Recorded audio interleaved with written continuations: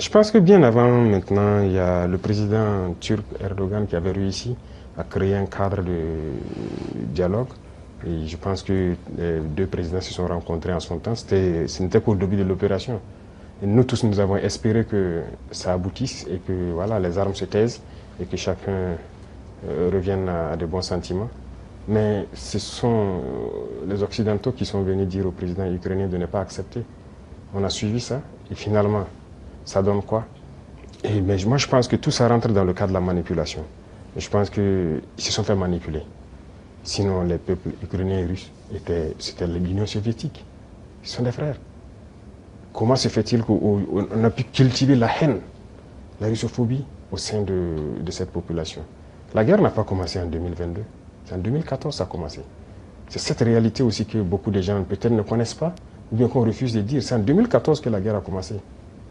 Et aujourd'hui, on est surpris de voir que les gens rejettent peut-être la balle sur la Russie et tout ça. Quand on bombardait les civils russophones en 2014, qui parlaient? Il y a des images qui sont toujours là. On a enfermé des gens dans des maisons, les brûlés. Il y a des images qui sont là. Mais il fallait agir pendant tout ce temps. Ils ont été manipulés. Et aujourd'hui, la réalité est là. Vous voyez, toute l'aide qu'on donnait, ce n'est pas une aide. On a dit de donner les minéraux. En réalité, l'Ukraine n'appartient plus aux Ukrainiens. On les a manipulés et ils sortent perdants. Tous les secteurs seront gérés par ceux qui les ont conduits dans cette guerre. Et c'était espérer affaiblir la Russie. Mais la Russie sort encore plus grande de cette guerre. Donc moi, je pense qu'ils doivent comprendre cela et revenir à la raison pour avoir des négociations et aboutir à la paix. Parce qu'ils ont déclaré qu'ils soutiennent les terroristes. Vous avez tous suivi ça.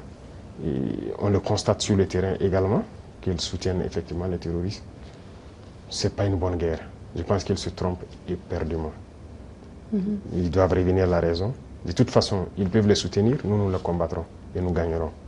Donc, s'ils n'ont pas compris jusqu'aujourd'hui que toute cette manœuvre, c'était pour les effondrer et s'accaparer de leurs minéraux critiques, ils peuvent continuer la guerre.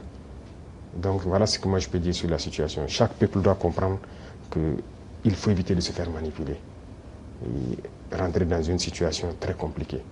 Voilà un peu ce que je peux dire.